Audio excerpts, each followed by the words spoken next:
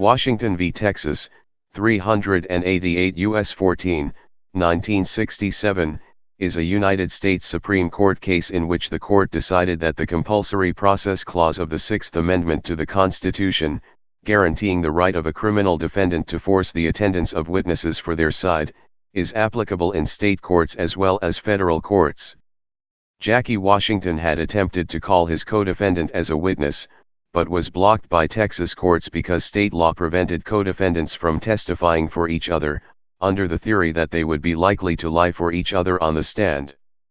The Supreme Court reasoned that the Due Process Clause of the 14th Amendment made the right to be able to compel defense witnesses to testify necessary for a defendant's due process rights to fair proceedings, which applies to the states.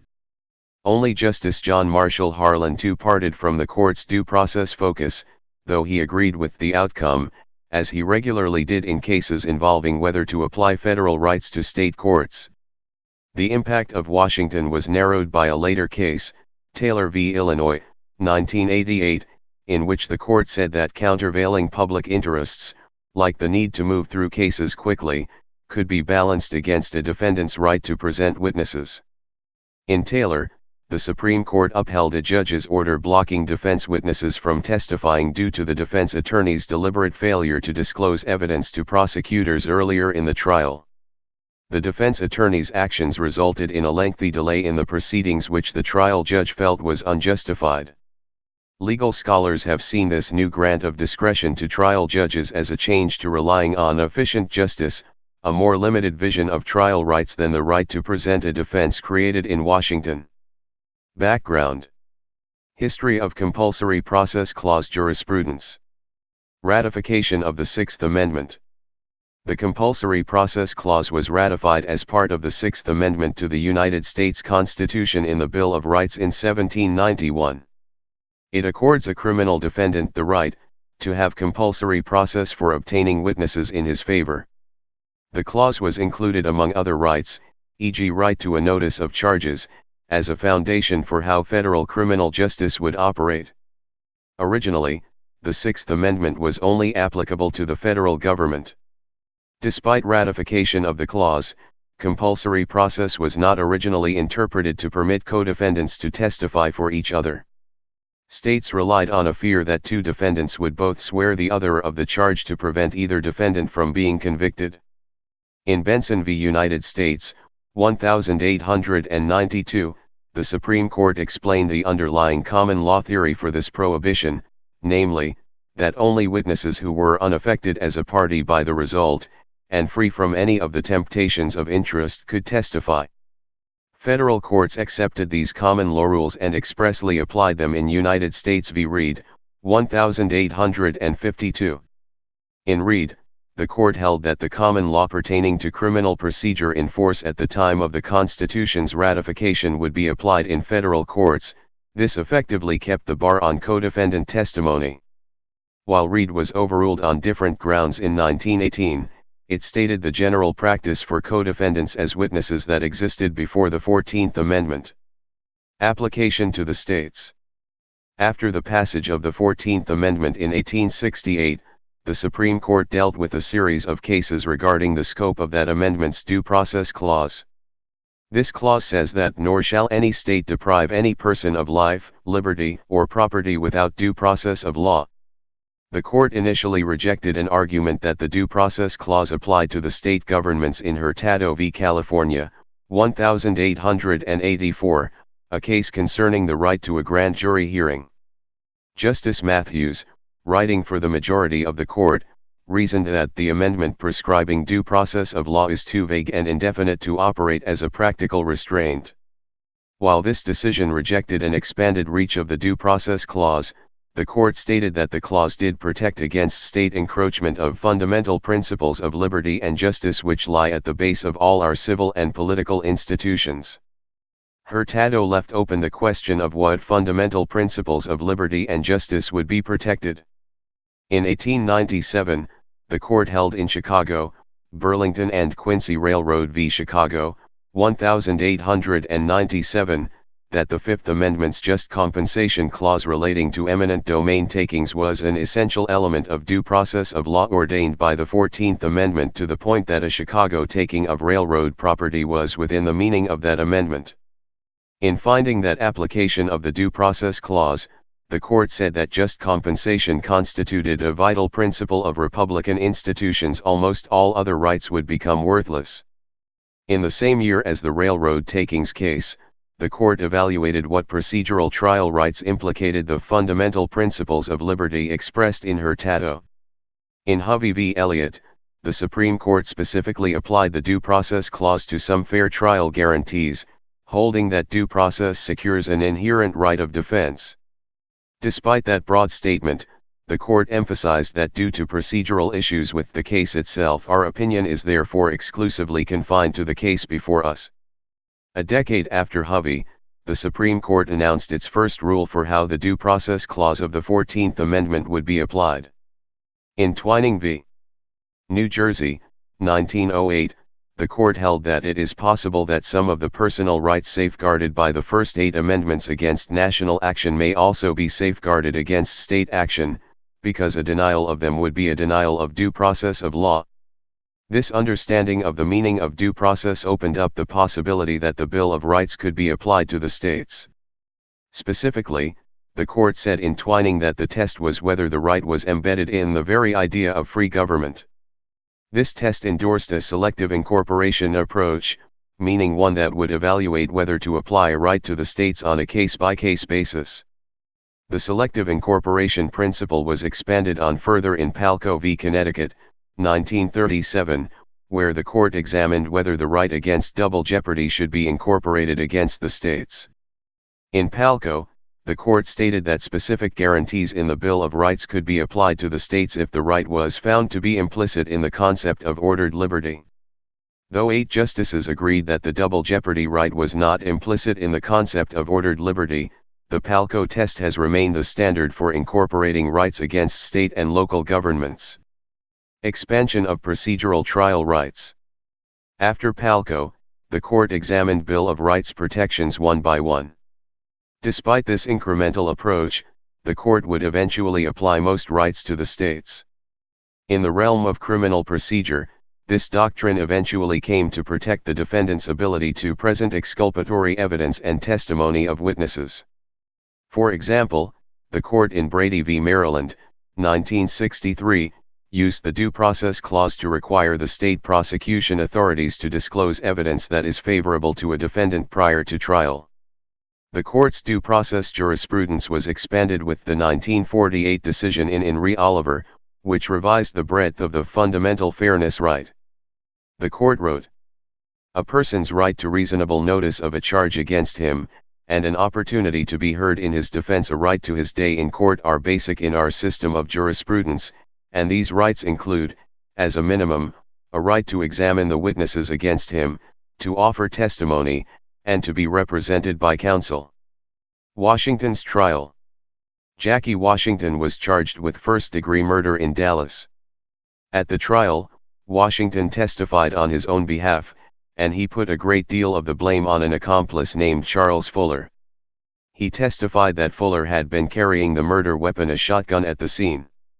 When he sought to have Fuller testify to back up his story, the trial judge blocked him on the basis of a Texas statute which provided that persons charged or convicted as co-participants in the same crime could not testify for one another. The law, however, did not block a co-participant from testifying for the state. Washington was convicted and sentenced to 50 years in prison. His conviction was subsequently upheld by the Texas Court of Criminal Appeals, Texas's highest criminal court, in 1966. The Court of Criminal Appeals, which reasoned that the Compulsory Process Clause did not affect how the state treated the competency of a witness, rejected Washington's plea that Fuller should have been allowed to testify. Washington then petitioned the U.S. Supreme Court to hear his case, and the Supreme Court granted review. Opinion of the Court. Chief Justice Earl Warren wrote the opinion of the Court, which spoke for 8 justices in reversing the Texas Court of Criminal Appeals. Warren began by stating that the court had never been previously called upon to decide whether the right of the accused to have compulsory process for obtaining witnesses in his favor is so fundamental it is incorporated in the Due Process Clause. Because of the incorporation to states of other procedural guarantees, the right to offer the testimony of witnesses could be given no less weight. Warren wrote that it was critical to the ability to present a defendant's version of the facts. This broad right was necessary to detail thoroughly, he wrote, because ignoring how the right would actually be applied would risk making the right to compel witnesses futile. After determining that the Sixth Amendment's right to compulsory process is applicable in the state proceeding, i.e. that the Compulsory Process Clause applied to the states, the question became whether the specific instance of Washington's trial was an unconstitutional deprivation of that right. Despite the common law restriction against co-defendants testifying for each other, Warren noted that federal courts had refused to be bound by the dead hand of the common law since 1918. Along with the precedent of prior federal court decisions, the fact that there were a great deal of exceptions to this rule demonstrated the absurdity of the rule itself. Specifically, under the Texas statute which allowed a defendant acquitted at a separate trial to testify for the other defendant at the other's trial, the law leaves free to testify when he has a great incentive to perjury, bars his testimony in situations where he has a lesser motive to lie. Warren concluded that the nature of the Texas law at issue denied Washington the right for a fair trial using witnesses who could testify to relevant and material facts in the case. Here, while not entirely relying on the finding, the court saw the law as arbitrary because its discrimination between the prosecution and defense served no rational relationship to any goal of preventing perjury. Further, the idea that a competent witness was barred from testifying, in and of itself, was held to be an unconstitutional predetermination on the part of the state legislature. The court's decision upheld the importance of juries in evaluating the truth and credibility of witnesses' statements. Despite adopting a broad principle, the court did not list any specific rules for how trial judges were to balance evidentiary standards and the right of the defendant to secure witnesses in his or her favor. Harlan's concurrence. Justice Harlan, who agreed with the decision to reverse the Texas court's judgment but not with the majority's reasoning, wrote a short separate concurring opinion. He repeated his position that the Due Process Clause did not incorporate the Bill of Rights to the states. Rather, the Bill of Rights was a rational continuum, which, broadly speaking, includes a freedom from all substantial arbitrary impositions and purposeless restraints. He isolated the Texas law's distinction between the co-defendant testifying for the state while being barred from testifying for the defendant as having no justification. Thus, he rejected holding the trial unconstitutional on Compulsory Process Clause grounds. He argued instead that the state's arbitrary bar against a criminal defendant's calling a co-defendant as a witness for his side, while allowing the co-defendant to testify for the prosecution, violated the Due Process Clause. Subsequent developments. In two cases after Washington, the court pulled back from its broad principle that a defendant in a criminal proceeding has a right to a defense. In United States v. Valenzuela-Bernal, 1982, the court held that an argument by the government that it had an interest in deporting illegal aliens, some witnesses in the case, outweighed the defendant's right to eyewitness testimony. Additionally, in Taylor v. Illinois, 1988, the court held that countervailing public interests could also outweigh the defendant's compulsory process rights. In Taylor, a series of deliberate discovery violations by the defense counsel at trial led the trial judge to block attempts at postponing proceedings to allow a further undisclosed defense witness the chance to testify. The judge had held that there must be some sanction against the defense for their failure to disclose witnesses earlier in the case. A divided court upheld the trial judge's preclusion of the witness, adding a new framework for balancing a defendant's right to a robust defense with a series of other factors. Namely, the new framework required looking at the state's interest in efficient justice, the state's interest in excluding evidence lacking integrity, the state's interest in a strong judicial authority with followed rules, and the prosecution interest in avoiding prejudice due to a defendant's discovery violation. Analysis and commentary. Analysis of Washington has focused on the decision in the broader context of procedural trial rights. A 2007 article in the Georgetown Law Review by Martin Hewitt was critical of the decision. Hewitt's main criticism was based on the court's lack of a standard on which to evaluate whether certain evidence was material to a defendant's case. Hewitt noted that in a post-Washington decision in 1973, the court applied a case-specific decision rather than a general constitutional standard. This line of decisions, Hewitt argued, led to a standard which allows a trial judge the authority to determine the actual reliability of the evidence in cases where a witness is not present. The newly seized power was limited to the cases at hand in a manner which suggested the ambiguous calculus the court was using was flawed. This vagueness in the standard came from cases where the reliability of the excluded evidence could fact-finder. Hewitt concluded by arguing that all of these cases had diminished the protections of the jury and of the defendant's right to have his own defense. An article in the American Criminal Law Review, published in 2011 by Stacey Keim, disagreed with some of Hewitt's arguments. Keim argued that it is well settled that criminal defendants have a constitutional right to present exculpatory evidence, disagreeing with the idea that the basis for a robust defense had been gutted.